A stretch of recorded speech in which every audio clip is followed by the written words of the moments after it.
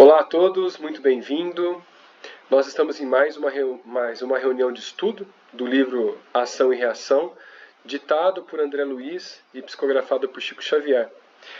Nós somos o grupo Estudantes da Luz e nós estamos aqui tentando aprender um pouco mais sobre a espiritualidade.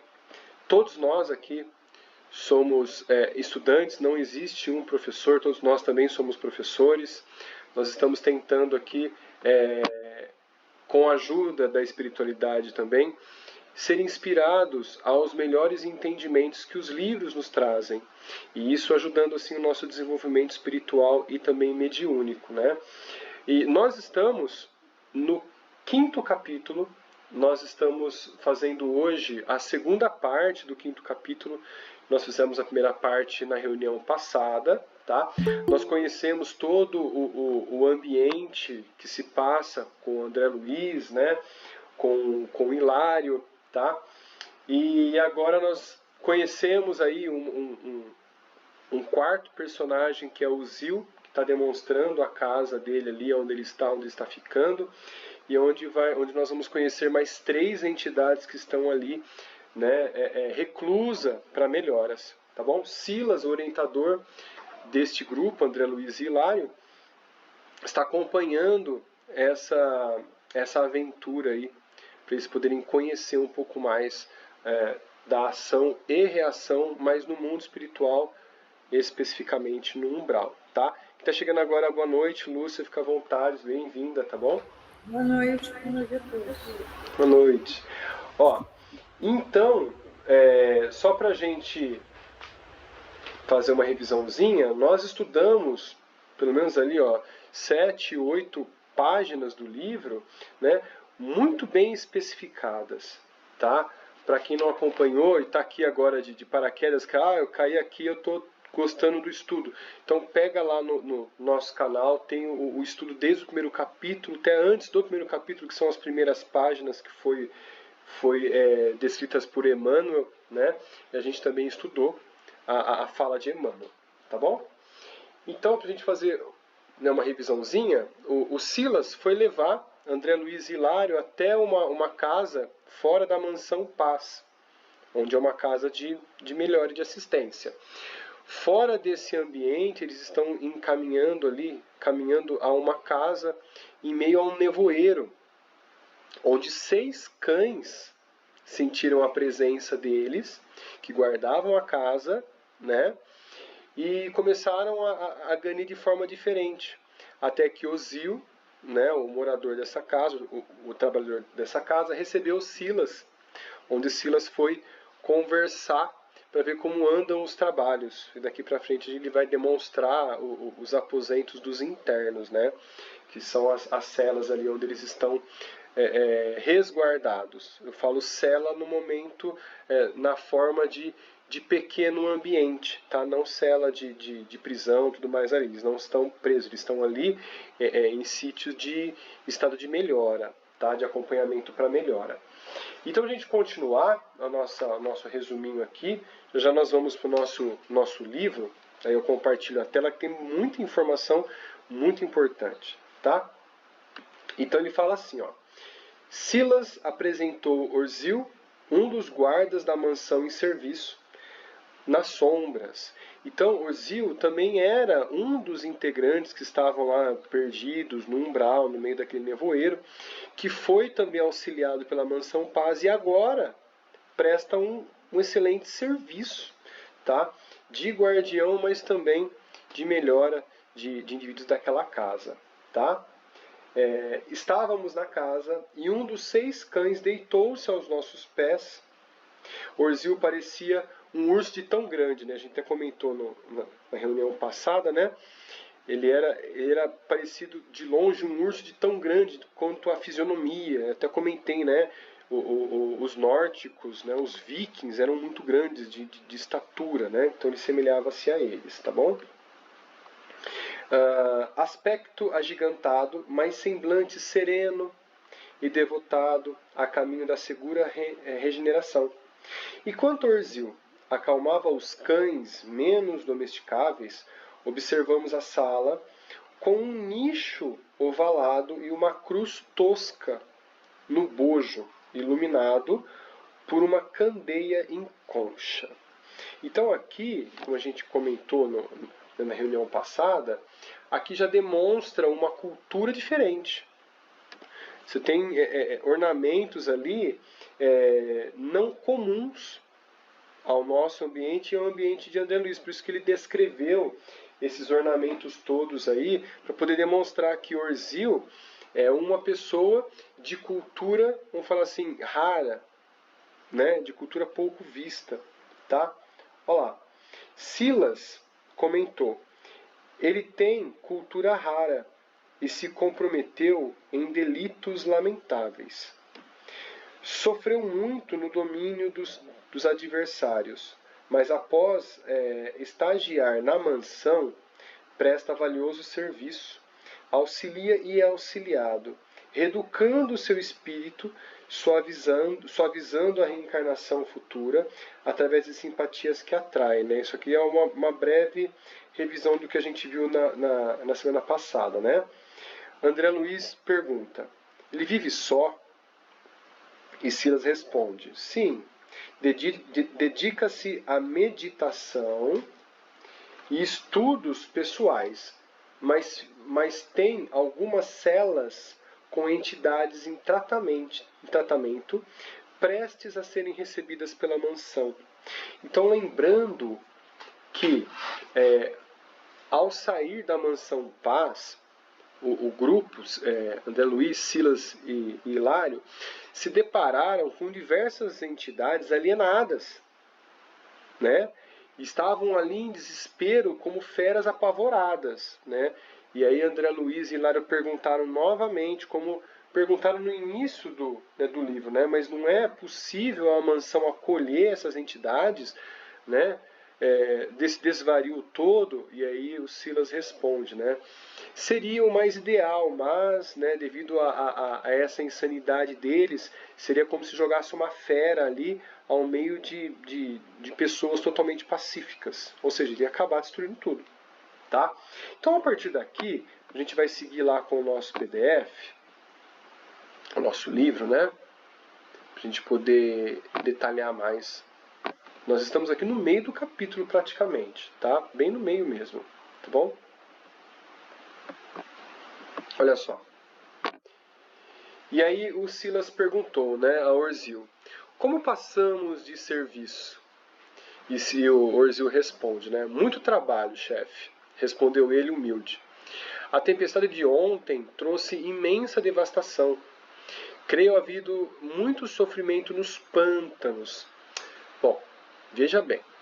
No início do livro, André Luiz ele detalha um pouco o ambiente e fala de vales, fala de montanhas, fala de ventos assim que não param de soprar. Ventos intensos que até sibilam no meio ambiente, né? Passam assoviando no meio ambiente. Né? E eles descreveram uma tempestade. E é essa tempestade que Orzil está falando. Porém, olha o que ele acabou de comentar, né? Creio ter havido muito sofrimento nos pântanos. Bom, me recordo agora, me veio à mente, no livro Os Dragões, né? Que o grupo de trabalhadores da casa onde eles estavam fazendo parte, um deles era um encarnado. Mas estava acompanhando a excursão a um pântano, junto com Bezerra de Menezes. Eles estavam em missão muito importante, mas muito importante. E estavam resgatando nada mais, nada menos que Lampião. Foram resgatar Lampião de um pântano. Então, não me recordo exatamente a fala, mas o sentimento ali foi de espanto. Porém, como todo filho necessitado de auxílio e recomeço, Lampião foi ali sendo retirado do pântano em condições muito precárias para recuperação. E hoje a informação que nós temos é que Lampião está recrutando os antigos companheiros de grupo para o trabalho do outro lado, mas no bem. Ou seja, aqueles companheiros que se perderam nos pântanos também, se perderam nos umbrais, porque já faleceram todos, praticamente todos, né? Então, que se desprenderam desse bando, Lampião pessoalmente está buscando a cada um deles para nova empreitada, nova missão, mas é uma missão totalmente diferente, né? A missão de regeneração. E isso é muito bom, né? Então, assim, eu já contei algumas vezes aqui, né, que a gente recebeu em uma mesa mediúnica, num trabalho mediúnico, um dos cangaceiros, né? Ele perguntou pelo chefe. E aí quem estava recepcionando ele nesse dia, eu era vamos falar assim, o trabalhador orientador, o dialogador, né? O trabalhador evangelista ali da casa que conversou com a entidade. E te confesso que arrepiou até o último fio de cabelo, tá? E a conversa foi bem assim, não queria se demonstrar quem era, né? Mas aí veio à mente, e aí discorreu a conversa e ele perguntou pelo chefe. E aí, por inspiração, foi falado, né, para ele que o chefe o estaria esperando e que ele pudesse seguir as entidades ali da casa que estavam tentando ajudar. E ele prontamente foi, mas deixou um aviso. Olha, garoto, eu vou, mas se o chefe não estiver lá, hein? Isso me arrepiou mais ainda. Não só o último fio de cabelo, mas o último pelinho do corpo. Foi bem interessante essa passagem, mas também assim, ó, bem arrepilante, mas extremamente satisfatória, né? Porque a gente sabe que eles estão sendo acolhidos ali também, né? Alguém quer comentar alguma coisa? Quer falar alguma coisa? Clarinha, né? Quer falar alguma coisa? Clarinha estava presente nesse dia, né? Alguém quer comentar alguma coisa? É melhor nem comentar, Flau. Foi bem interessante esse dia. Bom, e a gente continua assim, né? Então a gente vê que lá no umbral, né? Como diz o Beto na semana passada, é uma réplica do que nós temos aqui, né? Na vida material. Então imagina no meio de um monte de vale, montanha, né? Arbustos também. Também temos os pântanos ali que se fazem presente, né? E os pântanos são utilizados pelas entidades para principalmente maltratar, né? E também, né? Através da mente da pessoa que está lá, fazer toda a atmosfera de sofrimento que nós já vimos em reuniões passadas para ele mesmo. Tá bom? Então a gente vai continuar. Percebendo que se referia aos precipícios abismais em que se debatiam milhares de almas infelizes e conturbadas, Hilário perguntou: e não será possível atingir semelhantes lugares para aliviar quem padece? Olha só, de novo, né? Está perguntando alguma coisa assim. Ele vem repetindo essas perguntas para tirar o máximo possível de aprendizado. Nosso amigo esboçou dolorosa carantonha de tristeza, resignação, ajuntando, disse, né? Impossível, né? Como quem se punha em socorro do companheiro, Silas aduziu. Os que se agitam nessas furnas jazem, de modo geral, quase sempre extremamente revoltados e na insânia a que se entregam, fazem-se verdadeiros demônios de insensatez. É necessário se disponham à conformação clara e pacífica para que, ainda mesmo semi-inconscientes, consigam acolher com proveito o auxílio que se lhes estende aos corações. Olha só. E como se quisesse passar a demonstração do que asseverava, convidou-nos a inspecionar as celas próximas. Agora a gente vai começar, né, a destrinchar ou conhecer os 3 companheiros ali auxiliados, né? Quantos doentes agora internados? Perguntou, né, Silas. Orzil atencioso respondeu sem titubear. Temos 3 amigos em franca situação de inconsciência. Depois de alguns passos, ouvimos gritarias estentórica. As acomodações reservadas aos enfermos jaziam ao fundo, à maneira de largos boxes de confortável cavalariça. Essa é a figura mais adequada à nossa tarefa descritiva, porque a construção em si denunciava rusticidade e segurança. Olha só. Naturalmente adstrita aos objetos de contenção. Então imaginem que assim, deve ser um ambiente extremamente reforçado para a segurança do próprio interno. Para que ele não volte ao ambiente externo, sendo que as entidades que o auxiliam já viram uma fagulha de melhora. Perante aos outros que estão sofrendo fora desse ambiente, né, estes são os mais, assim, os menos piores, vamos colocar assim. Os menos piores, mentalmente falando. Tá?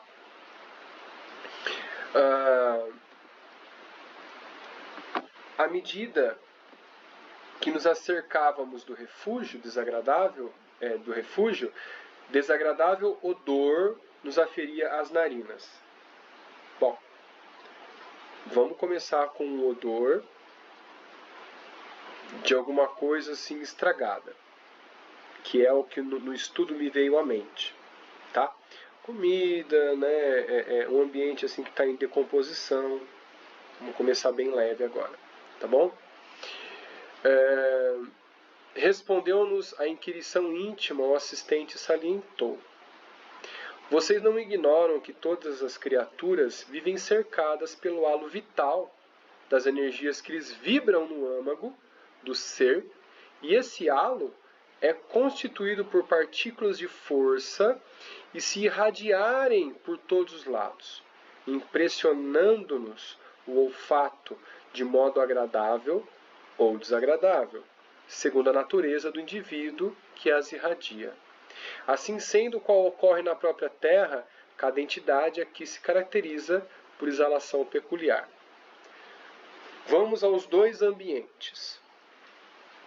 Bom, presenciado em mesa mediúnica, uma entidade que era um andarilho. Eu acho que ele não percebeu o falecimento dele, a passagem, a saída do corpo, né?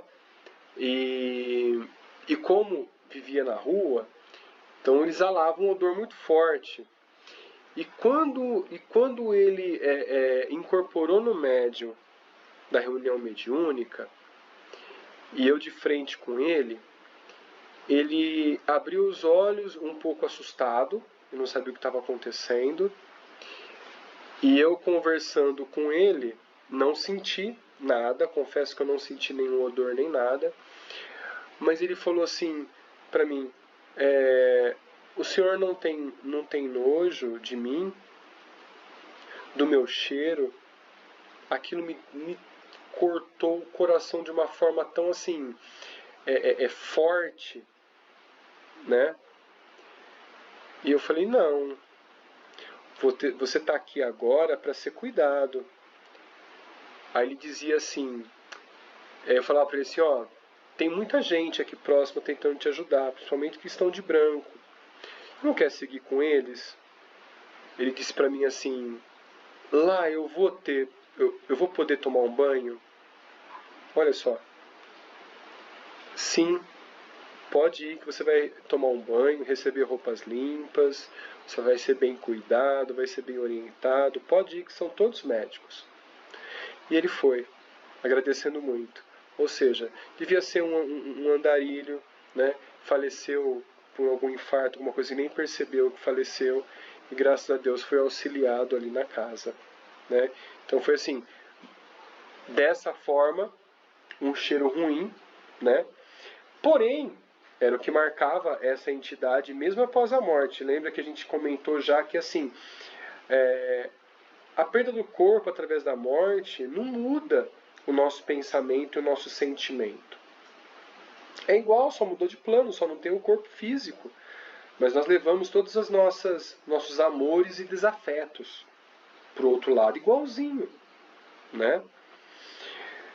De um outro lado, uma outra maneira, eu me recordo do livro do Chico Xavier, eu não vou lembrar o nome do título. É um livro muito, mas muito, muito, muito interessante. Eu não lembro se era Nos Céus da Galha, que contava a história de Chico Xavier, das reencarnações dele, mas contou o fato da morte de Chico Xavier, né? Quando Chico Xavier faleceu, Uberaba cheirava rosas, e cheirou rosas durante uma semana. Quando Chico tocava na mão das pessoas, as pessoas falavam que na mão onde ele tocou, ficou um cheiro de flores durante dias e dias e dias, mesmo lavando, com a intenção de tirar o cheiro, as pessoas não conseguiam. Pela energia peculiar que Chico Xavier trazia com ele. Então imagina, né? O Divaldo comentou, né? Outros companheiros que acompanharam o Chico, né?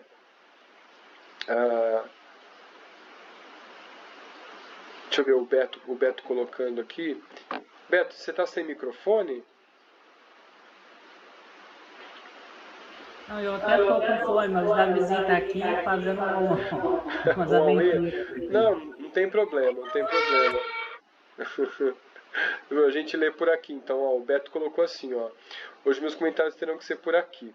No livro Sexo Além da Morte, entidades que estão presas a esse vício por séculos sofrem um desgaste profundo no perispírito, perdendo a forma e com isso emanam um mau cheiro. Olha lá, outro exemplo, né? Acredito então que isso tem a ver com esse desgaste energético pelos desequilíbrios das entidades que estão no umbral. Sim, também. Tanto esse desgaste energético quanto o próprio poder da mente deles, né? Emanando essa energia de, vamos falar assim, que eles acreditam ter esse mau cheiro e assim, vivenciam, né? Aquele odor, né? Como a gente vai ver aqui já já. Eles vivenciam isso, então a mente coloca como essa energia liberando esses odores que são característicos e que para eles são muito fortes, então eles acabam emanando energia de odor. Tá? Ó, ele coloca assim, ó. Sim, confirmamos Hilário e eu, simultaneamente. Né? Entendendo o cheiro alarmante de carne em decomposição, era para nós ali um acontecimento excepcional. Silas percebeu-nos a estranheza e endereçou interrogativo o olhar ao encarregado daquele oratório de purgação, o qual informou presto. Temos conosco o irmão Corsino, cujo pensamento continua enrodinhado ao corpo sepulto, ou seja, ao corpo em decomposição, de maneira total. Enredado à lembrança dos abusos a que se entregou na carne, ainda não conseguiu desvencilhar-se da lembrança daquilo que foi, trazendo a imagem do próprio cadáver à tona de todas as suas recordações. Bom, agora comentar um fato que comigo aconteceu e que muitos aqui presenciaram, né, o ano anterior, no passado, o falecimento do meu pai. Meu pai faleceu, teve um infarto, né, fulminante na casa, eu morava sozinho. E como eu morava sozinho, não tinha o hábito de ligar para os filhos direto, nem a gente com essa tribulação toda de trabalho e tal, a gente ligava de vez em quando, aí conversava com ele, assim, ia na casa dele, assim, nos finais de semana, via como estava, o meu irmão mais velho sempre muito próximo ali. Mas naquela semana, nós acabamos perdendo o contato. Eu estava em viagem, eu voltei de viagem no dia anterior acho que 2 dias antes da morte dele. ele acabou falecendo e a gente só foi ficar sabendo depois que a faxineira do prédio ali começou a sentir um mau cheiro tal, e viu que não tinha nenhum sinal de atividade no apartamento dele. Ele morava num apartamento térreo. E aí nós fomos até o local. Chegando lá, duas coisas me marcaram demais. O cheiro de dama da noite, era 4 horas da tarde. O cheiro de dama da noite estava muito forte antes de chegar no prédio do apartamento dele. E depois o cheiro, né, da substância cadaverina, que o corpo já estava entrando em decomposição. E interessante é que alguns dias após a morte, meu irmão mais velho, ele acabou entrando no ambiente, né, junto com os peritos e tudo mais ali, e ele adquiriu essas substâncias, né? As moléculas de odor são moléculas físicas, né? E ficaram presas no corpo e nas vestes do meu irmão, na roupa dele, né? E ele disse que foram 4 meses depois, ele falou que foi mais ou menos em dezembro, ele estava andando de carro e ele sentiu o mesmo odor junto no carro. Ou seja, possivelmente foi permitido com que ele pudesse ser percebido por esse cheiro que marcou muito meu irmão. Me marcou muito também. Né? Esses dias eu acabei sentindo um cheiro semelhante, já me veio à memória. Né? Então, assim, pode ser que a entidade, né, o espírito, possa usar também isso para uma lembrança muito forte e remeter, né, a pessoa. Outro ponto foi que a minha cunhada sentiu o cheiro do meu pai em vida. O perfume dele, o odor dele natural, em vida, né? Num grupo de oração. Ela estava fazendo um grupo de oração e sentiu o cheiro dele. Muito interessante. Então, assim, os espíritos se fazem perceber, ou são permitidos se fazerem perceber, com aquilo que marcaram a vida para a pessoa que querem fazer perceber, que estão visitando. Isso é muito interessante, muito bom. Né? Mas nesse caso, nós estamos falando em uma força a mais de sentimento vivenciado no plano espiritual, e isso irradiado no ambiente próximo, né? Como a gente está vendo aqui, o senhor Corsino, né? Então, com essas recordações do cadáver em decomposição, marcando, acredito que ele presenciou a decomposição do corpo, e isso marcou muito forte a ele, e fazendo a lembrança do cadáver e do cheiro. Oi, Ana Clara, levantou a mão, fica à vontade. Não, é que você falando do cheiro, anteontem, né, eu tava passando no corredor da minha casa e eu senti o cheiro da casa da minha avó. E ela já faleceu faz tempo. E veio ela na minha cabeça. Com certeza. Olha só, veio uma visita breve pra você. Olha só. Ana Clara, quantos anos você tem mesmo? 15. 15. Olha só. Temos aí uma jovem média que já está tentando, já está aprendendo as lições do Evangelho aí. Que bonito, né? Que interessante, né? Obrigado pelo exemplo, viu, Ana Clara? Obrigadão. Ó, e aí, ele continua assim, ó. Silas não teceu qualquer comentário novo, porque atingíamos de chofre o primeiro abrigo, cuja porta gradeada nos deixava contemplar lá dentro um homem envelhecido, de cabeça pendida entre as mãos, e a reclamar. Chame meus filhos, chame meus filhos.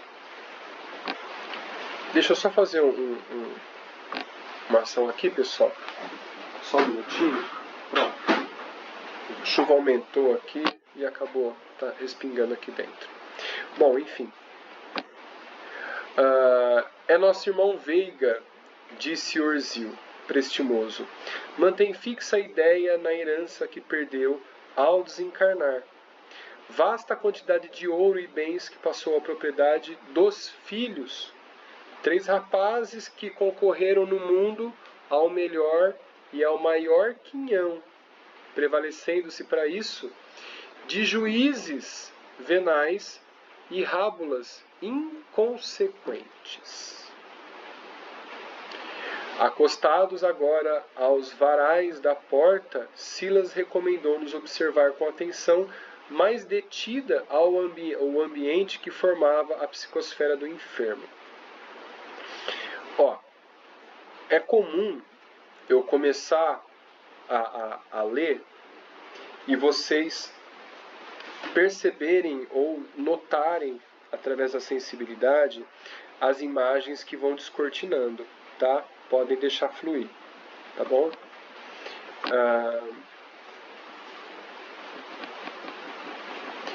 Efetivamente, de minha parte, recebi quadros que surgiam e desapareciam, fugazes semelhantes a figurações efêmeras que se desprendem.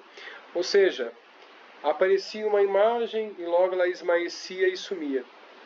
Aparecia uma outra imagem e sumia. Silenciosas dos fogos de artifício. Desses painéis que se avivavam e se apagavam ao mesmo tempo, transpareciam 3 jovens, cujas imagens passageiras vagueavam entre documentos esparsos, cédulas e cofres refertos de valores, como que pincelados no ar com tinta tenuíssima, ou seja, muito delicada, que se adelgaçava e se recompunha sucessivamente, ou seja, ela aparecia e sumia, simples e superficial.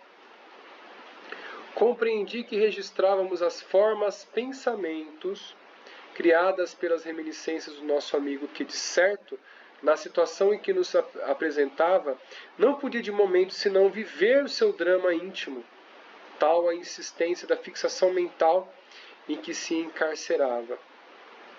Amparado evidentemente pelas vibrações de auxílio que o assistente lhe enviava, segundo percebi. Esfregou os olhos como quem buscava libertar-se da garoa imperceptível e assinalou-nos a presença. Avançou de um salto para nós e, apoiando-se nas grades que nos separavam, gritou dementado: "Quem sois? Juízes! Juízes!" E derramou-se em lamúrias que nos tocavam o coração. Lutei por 25 anos para reaver a herança que me cabia por morte de meus avós. E quando a vi nas mãos, a morte me arrebatou o corpo sem piedade.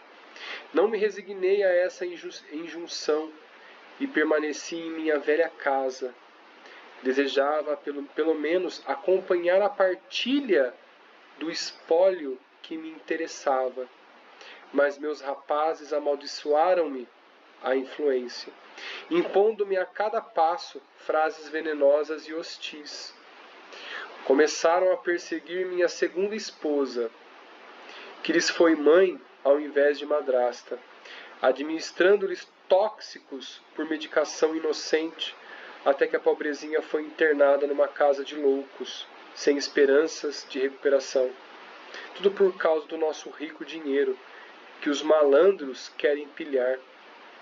Diante de tal injustiça, pensei em suplicar a favor dos seres que povoam as trevas, porque somente os gênios do mal devem ser os fiéis executores de grande vingança. Olha só o ódio enraigado mesmo pelos filhos,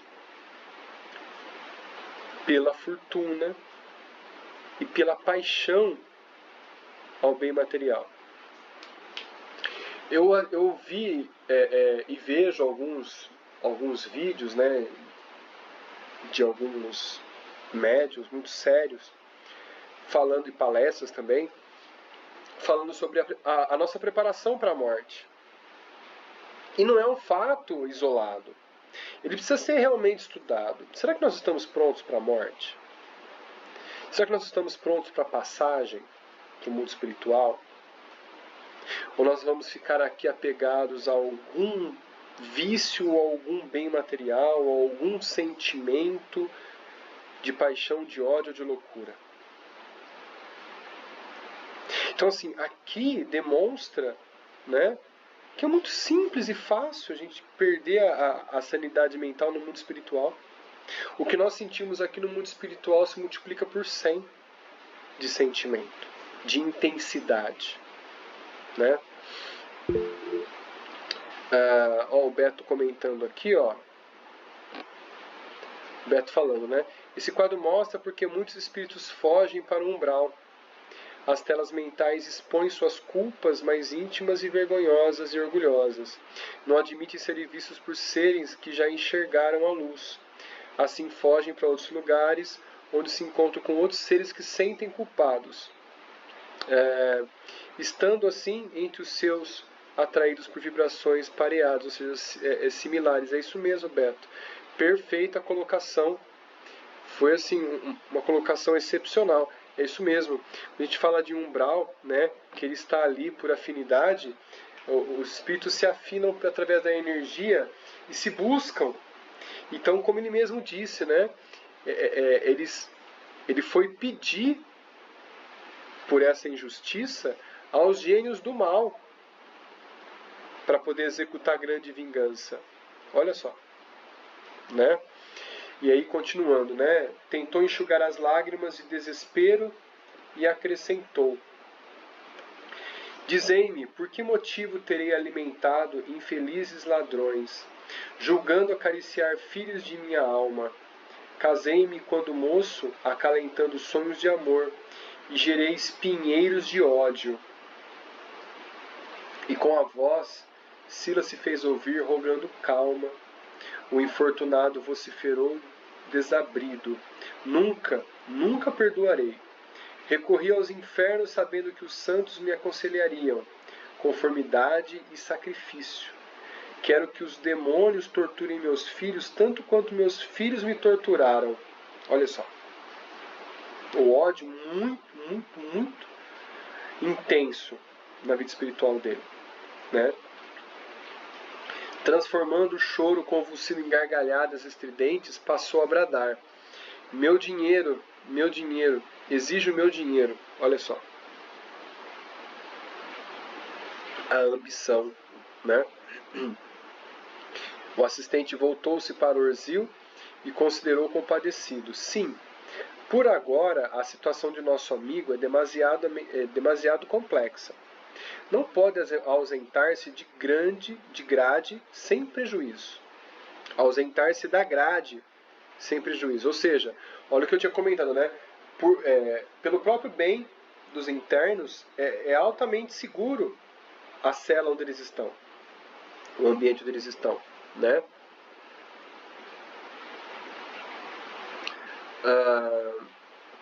Ante a palavra de Silas, que nos recomendava observar o quadro em foco, fitamos um novo enfermo. Segurem-se. Novo enfermo. Um homem profundamente triste, sentado ao fundo da prisão, de cabeça pendida entre as mãos e de olhos fixos em parede próxima. Seguindo-lhe a atenção no ponto que concentrava os seus raios visuais, a modo de espelho invisível retratando-lhe o próprio pensamento, vimos larga tela viva em que se destacava enluarada rua de grande cidade. E na rua conseguimos distingui-lo no volante de um carro, perseguindo um transeunte bêbado até matá-lo sem compaixão. Achávamos diante de um homicida preso a constrangedores quadros mentais que o encerravam em punitivas recordações. Notava-lhe a intraduzível angústia entre o remorso e o arrependimento. A leve chamada de Silas despertou com a fera roubada a quietação do sono. Instintivamente precipitou-se sobre nós num salto espetaculoso que a enxovia conteve e bramiu. Não há testemunhas, não há testemunhas, gritou. Não fui eu quem atropelou o infeliz, não obstante o odiasse com razão. Que pretendem de mim denunciar-me? Covardes. Espreitavam, então, na rua morta? Olha só. Não respondemos. Silas, após fitá-los compadecido, falou. Deixemo-lo. Está completamente enleadado às recordações do crime que cometeu, crendo continuar depois da morte a escarnecer da justiça. Hilário, estupefato, interferiu ponderando. Naquele doente que vimos cercado pela figura de três mancebos, e neste companheiro que contempla uma cena de morte. Nosso amigo apreendeu-lhe o pensamento e completou a anotação, asseverando: vimos dois irmãos infelizes, vivendo entre as imagens mantidas por eles mesmos, através da força mental com que as alimentam. Olha só, força mental. Nesse instante, alcançávamos o terceiro cubículo em que um homem feridento, cheio de feridas, esvurmava as feias chagas, ou seja, cutucava as feias chagas, usando as próprias unhas. A atmosfera fracamente pestilencial exigia enorme disciplina contra a eclosão de nossas náuseas. Imagina o ambiente e o odor que ali ficavam. Se o André Luiz está comentando, né, está pensando, ele tinha que segurar, ter um controle enorme, muito maior do que o cheiro de cadáver que tinha na primeira cela. Imagina agora. Vamos continuar. Assinalando-nos a presença, avançou-se para nós, chamando amargamente. Compadeci-vos de mim. Sois médicos? Atendei-me por amor de Deus. Vide os detritos em que me apoio.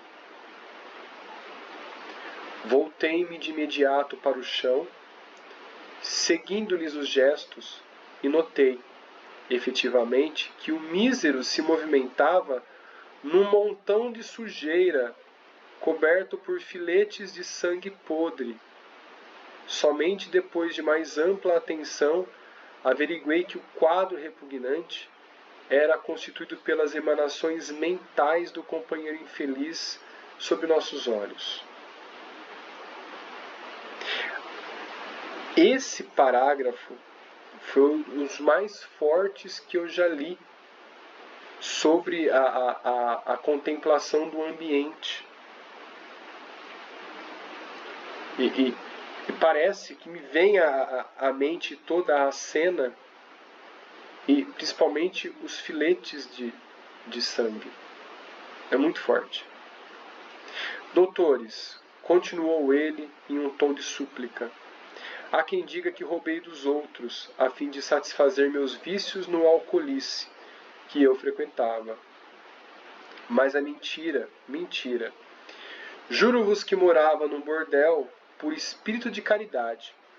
As mulheres desditosas requeriam defesa, auxiliei-as quanto pude, ainda que assim adquiri junto delas a enfermidade que me aniquilou o corpo físico e que ainda me empesta a respiração, convertendo-se aqui em meu próprio hálito. Socorrei-me, por quem sois. Socorrei-me, por quem sois. Olha só. Opa.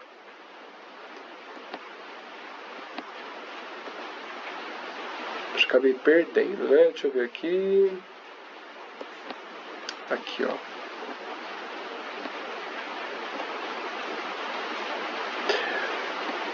Eu acho que eu perdi. Ah, não. Perdi não. Tá mais pra cá. Aqui. Pronto. Acabei apertando uma tecla que ele pulou. Tá? A repetição dos rogos contudo, derramavam-se em tons imperativos, como se as palavras humildes do petitório fossem apenas disfarce de uma ordem tiranizante.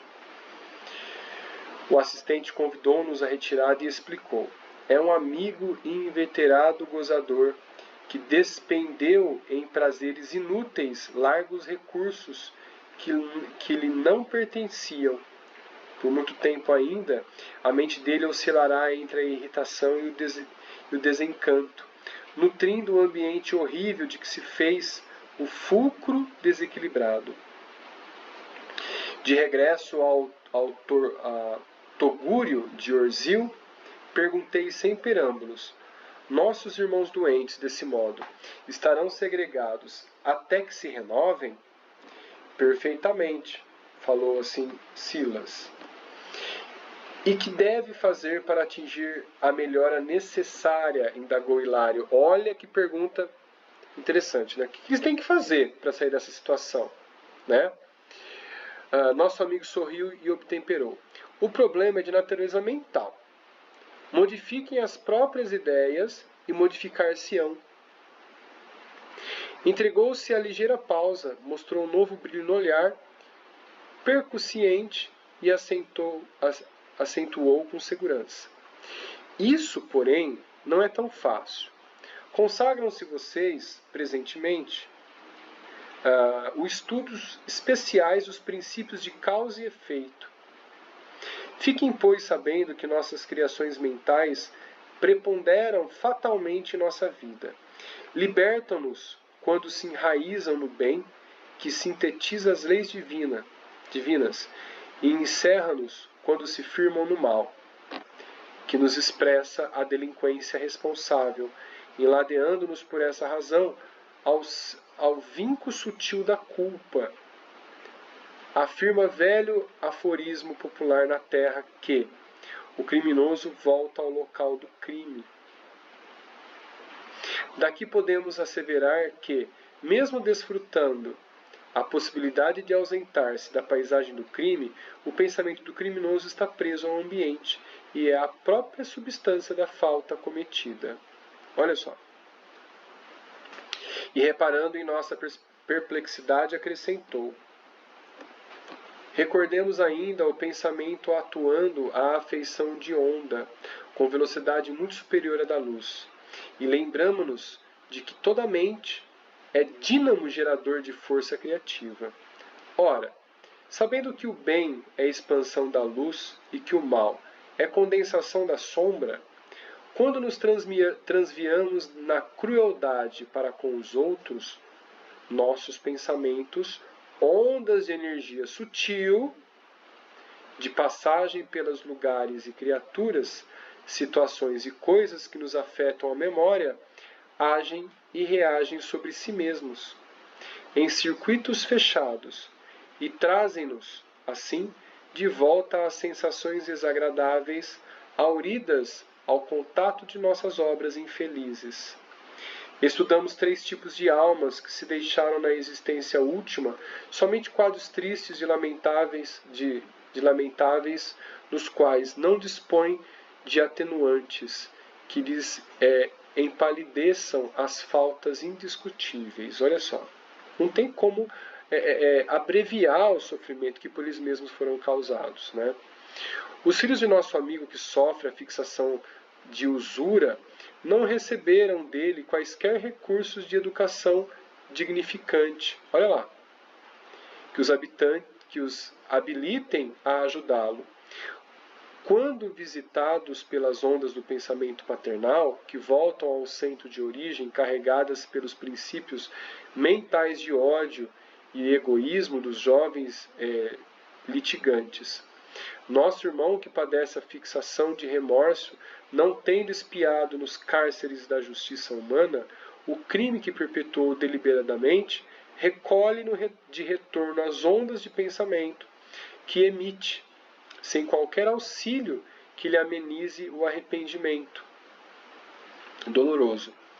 E o nosso companheiro que se detém no vício reabsorve as ondas de seu próprio campo mental, acumuladas de fatores deprimentes que a elas se incorporaram nos lugares por onde passam, restituídas a eles mesmos com multiplicados elementos de corrupção. Ou seja, nós mesmos somos responsáveis pelos atos e obrigatoriedade de recebê-los de volta como emanação de expiação das faltas cometidas. Seja ele na vida, seja ele na vida espiritual. O Beto colocou aqui, seria a reencarnação imediata, nesse caso no remédio, deveras radical? Seria melhor aguardar a melhora ao longo do tempo? Beto, acredito que a reencarnação imediata, claro que eu não tenho nenhum conhecimento e nem sou capaz de argumentar a tamanha complexidade do caso. Porém, se ele está ali preso a uma cela para poder tentar uma melhora, acredito que todas as entidades ali responsáveis a ele, né, superiores e tudo mais, vão fazer de tudo para que a luz da consciência volte, para que haja um arrependimento, porque o principal de todas as entidades, né, todos os espíritos que desencarnam, é o arrependimento, né, a resignação, como traz o Evangelho. A resignação é o maior dos fatores para começar a restituir o mal feito no presente ou no passado. E essa resignação, o aceitar a expiação, vem por nós mesmos. E ninguém assim impõe algo que não nos é desfavorável. Então, assim, acredito que uma reencarnação compulsória, ela deva vir para restituir, nesse caso, o corpo mental. E deixar com que a mente, em consciência, depois de muito tentar auxiliar, ela seja um pouco estabilizada, para que, se necessário, uma reencarnação compulsória, seria por tempo limitado ou por um tempo muito breve, de gestação curta ou nascimento por vida breve. E principalmente, né, a mente totalmente desequilibrada e alucinada. Então voltaria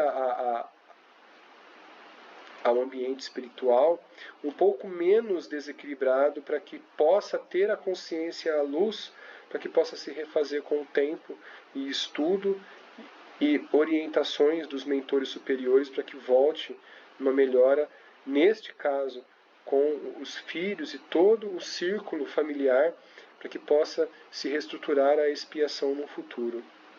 Acredito que já esteja acontecendo ou em breve para acontecer.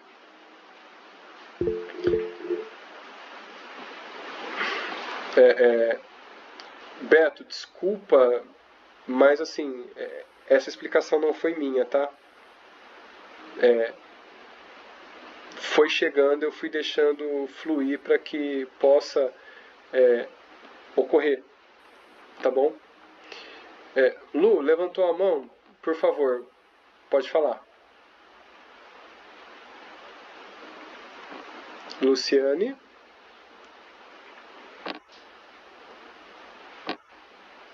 Ô Lu, a gente não está te ouvindo, acho que tá sem som o seu microfone. Deixa eu ver, ó. Você desligou, mas ele tá sem som. Faz assim, ó. Deixa eu ver. Não dá para ouvir. E agora? Sim, agora sim, por gentileza. Era o fone, sei lá o que eu liguei aqui. Eu não É. entendi o seguinte, uma coisa que eu não compreendi. As pessoas que permanecem, qual a diferença das pessoas que permanecem no pântano, que estão nessa casa de transição para outra casa? Tá. Né? Ele falou lá atrás que não se via lá na casa pessoas assim, revoltadas, etc. E nessas 3 casas que ele mostra aí, ele mostra a mulher, né? Aquele que atropelou extremamente perseguido por isso, mas naquele dos filhos, eu senti ele diferente, eu senti os outros com medo, perseguido pelo remorso, e esse não mantém o ódio. Exato. Qual é a diferença daquele que continua no pântano? Esse não me parece ter se redimido a ponto de não ter revolta para ele. Eu acho que assim, ó, a situação ela se diferencia basicamente na alienação mental pela intensidade. Porque os que estão no pântano, creio eu, que estão muito mais sufocados pelas lembranças e muito mais próximos, vamos supor assim, de algozes que eles mesmos criam sem uma fagulha de melhora. Acredito eu que assim, esse que está lá na cela, que tem uma fala branda, já começou tendo uma fala branda, mas mesmo assim não aceita. Entendi. Mas ele já tem uma tentativa ali de querer convencer que não, veja bem, não foi bem dessa forma, mas ele já está um pouco mais manso. Então eu acredito que...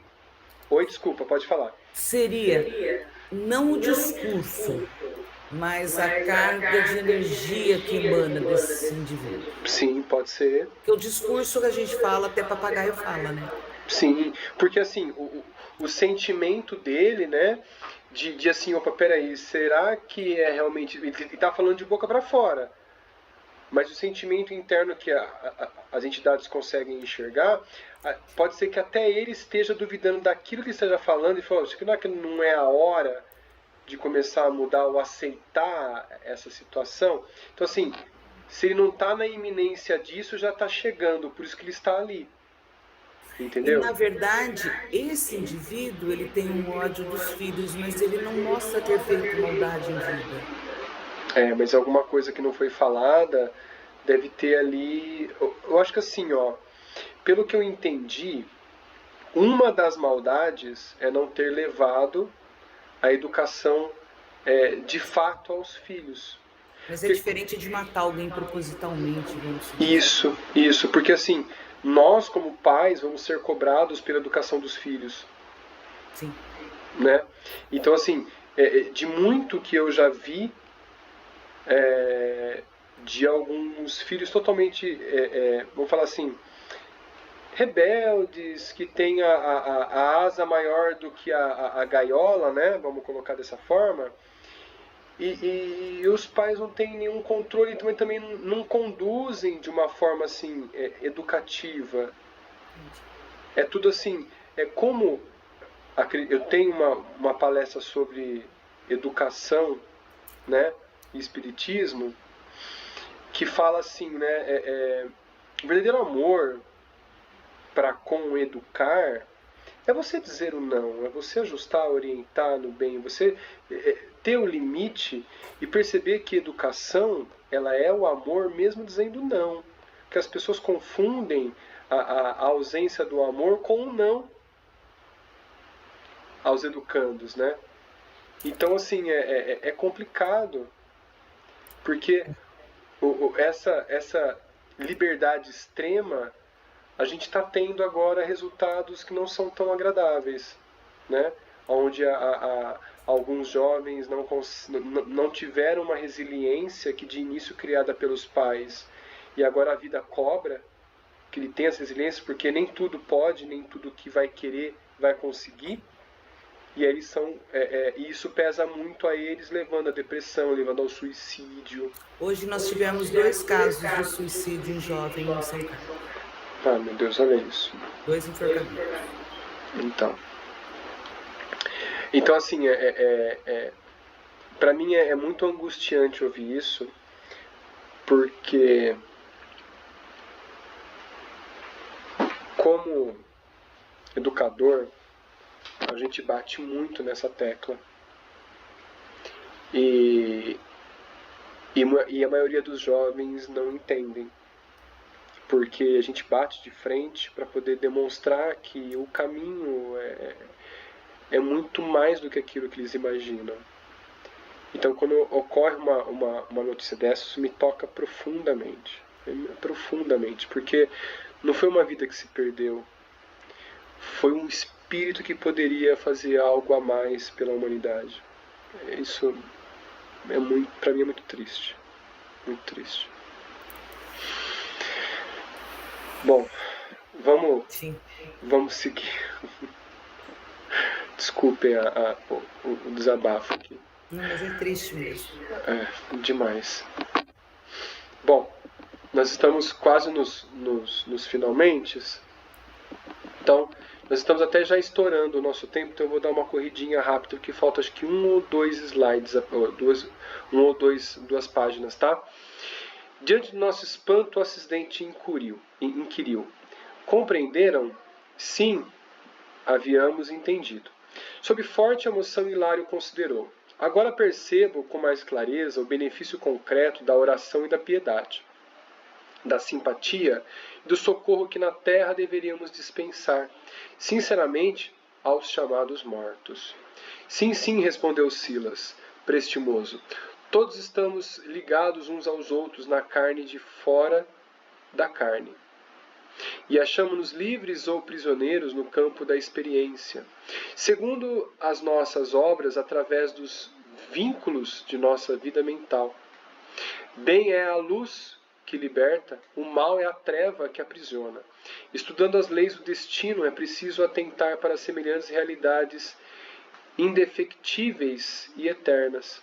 Calamo-nos, preocupados e meditativos. Em razão disso, nosso regresso à mansão, depois de breve repouso à choupana de Orzil, fora consagrado à meditação e ao silêncio, em torno das preciosas lições colhidas. Pessoal, eu acho que ficou um pouco confuso, né? A Luciane colocou aqui pra gente, né? Que ela confundiu qual era a diferença, mas assim, ó, essa choupana de Orzil está fora da mansão Paz. Vamos colocar assim, um pronto-socorro antes da internação, né? Então eles vão receber ali os primeiros cuidados para eles se modificarem, para que dentro da mansão eles não causem desequilíbrio e tragédias, vamos colocar assim, né? Lá dentro, tá? Então assim, foi muito, mas muito,